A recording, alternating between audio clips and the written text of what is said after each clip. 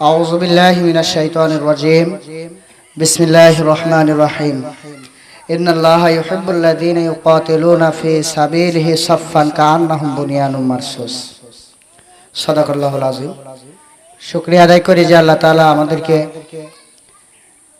দীর্ঘদিন পর খোলা মাঠে একটি ইউনিয়ন শাখার উদ্যোগে আয়োজিত সাধারণ সভায় উপস্থিত হওয়ার তৌফিক দান করেছেন। সেই আল্লাহ তাআলার শুকরিয়া সবাই বলছি আলহামদুলিল্লাহ।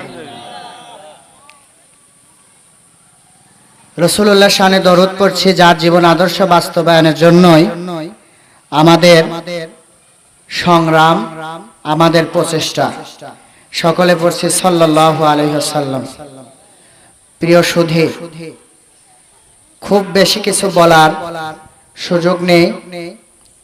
মঞ্চে আমাদের মুহতারাম বাংলাদেশ জামাত ইসলামের আমির মাওলানা মহিরউদ্দিন ভাই উপস্থিত আছেন, ইউনিয়নের আমির সাহেব উপস্থিত আছেন এবং আমার পাবনা জেলা পশ্চিমের সম্মানিত প্রকাশনী সম্পাদক বড় ভাই কাউসার আহমেদ উপস্থিত আছেন, কথা রাখবেন। আমি শুধুমাত্র একটি কথাই আপনাদের সাথে শেয়ার করতে চাই, সেটি হলো আল্লাহ পাক একটি মেসেজ দিয়েছেন আমাদেরকে, ইন্নাল্লাহা ইউহিব্বুল্লাযিনা ইউকাতিলুনা ফি সাবিলিহি সাফফা কান্নাহুম বুনিয়ানুম মারসুস। নিশ্চয়ই আল্লাহ পাক ওই সমস্ত লোকদেরকে ভালোবাসেন, আল্লাহ তাদেরকে ভালোবাসেন যারা সীসা দ্বারা প্রাচীরের ন্যায় সংঘবদ্ধ হয়ে যায়। আপনাদের কাছে আমার একটি প্রশ্ন, আল্লাহ পাক যদি আমাকে আপনাকে ভালোবাসে, এই ভালোবাসার চেয়ে গোটা পৃথিবীর কোনো কিছু আর এই ভালোবাসার কাছে কোনো কিছু কি হয়? আল্লাহর ভালোবাসার চেয়ে কোনো কিছুর প্রয়োজন আছে কি আমাদের? যদি প্রয়োজন না থেকে থাকে, অবশ্যই সীসা দ্বারা প্রাচীরের ন্যায় আমাদের সংঘবদ্ধ হতে হবে।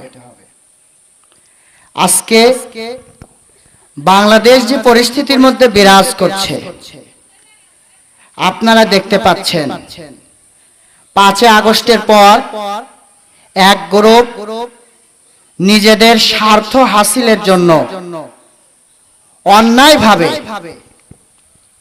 লুটতরাজ শুরু করে দিয়েছে।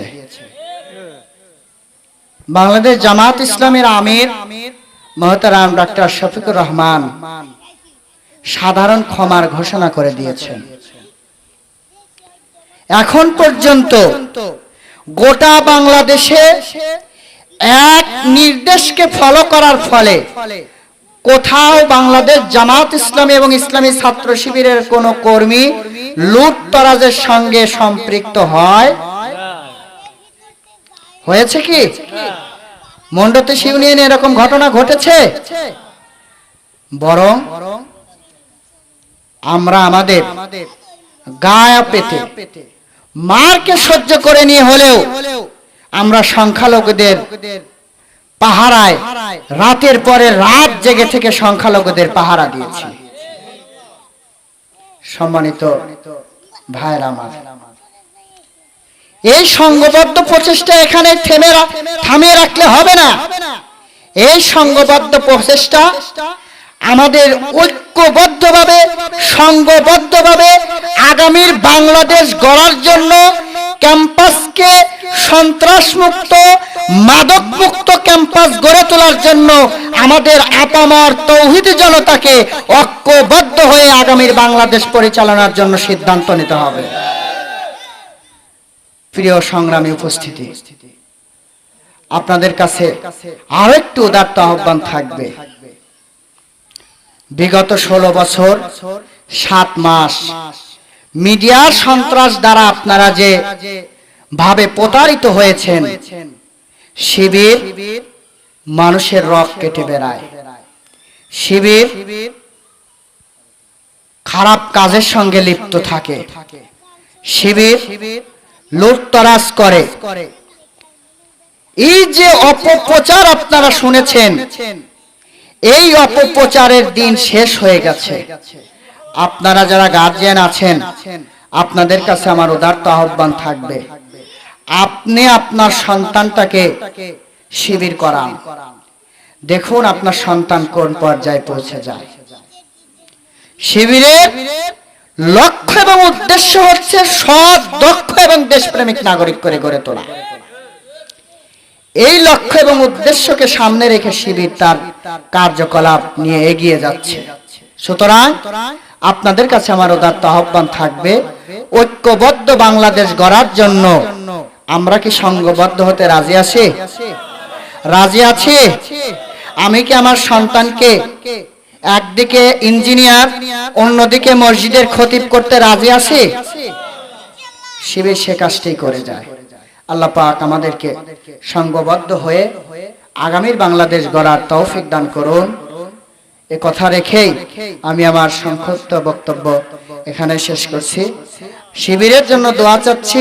সর্বোপরি একেবারে কেন্দ্র থেকে তৃণমূল পর্যায়ে আমাদের যে ভাইরা ময়দানে দুর্বার ছিলেন, তাদের জন্য দোয়া চেয়ে শেষ করছি। আসসালামু আলাইকুম ওয়া রাহমাতুল্লাহি ওয়া বারাকাতুহু।